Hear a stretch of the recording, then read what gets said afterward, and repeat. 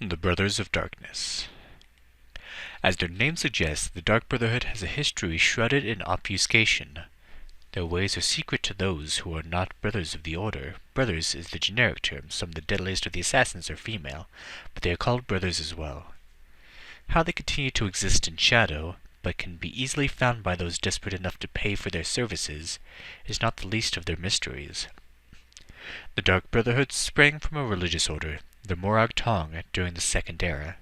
The Morag Tong were worshippers of the deity spirit Mephala, who encouraged them to commit ritual murders. In their early years, they were as disorganized as cultists usually are. There was no one to lead the group, and as a group they dared not murder any of any importance. This changed with the rise of the Night Mother. All leaders of the Morag Tong, and then the Dark Brotherhood, have been called the Night Mother. Whether the same woman has commanded the Dark Brotherhood since the Second Era is unknown. What is believed is that the original Night Mother developed an important belief of the Morag Tong. The first belief is that while Mephala grows stronger with every murder committed in her name, certain murders were better than others. Murders that came from hate pleased Mephala more than the murders committed because of greed. Murders of great men and women pleased Mephala more than murders of unknowns. We can approximate the time of this belief was adapted with the first known murder committed by Morag Tong.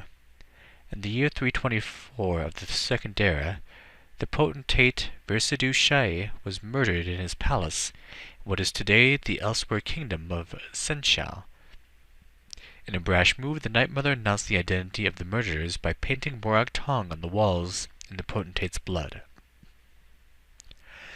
Previous to that time, the Morag Tong existed in relative peace like a witches' coven, occasionally persecuted but usually ignored. And a remarkable synchronicity at the time when the arena was fractured land, the Morag Tong was outlawed throughout the continent. Every sovereign gave the cult's elimination his highest priority.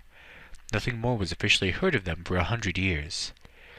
It is more difficult to date the era when the Morag Tong re-emerged as the Dark Brotherhood. Assassin guilds have sporadically appeared throughout the history of Tamriel.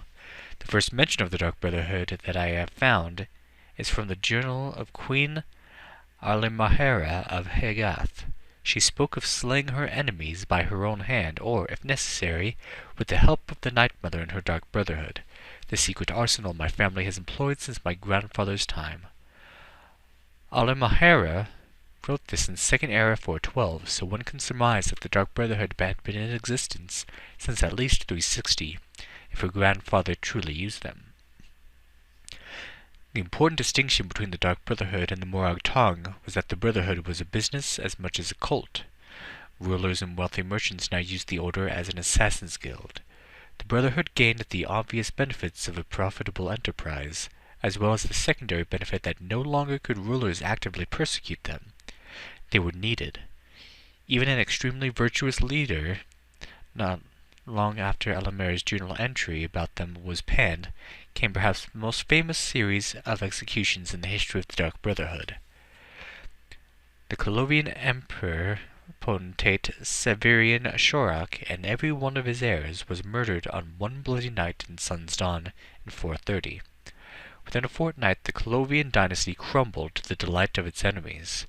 For over 400 years, until the age of Tyrus Septim, chaos reigned over Tamriel.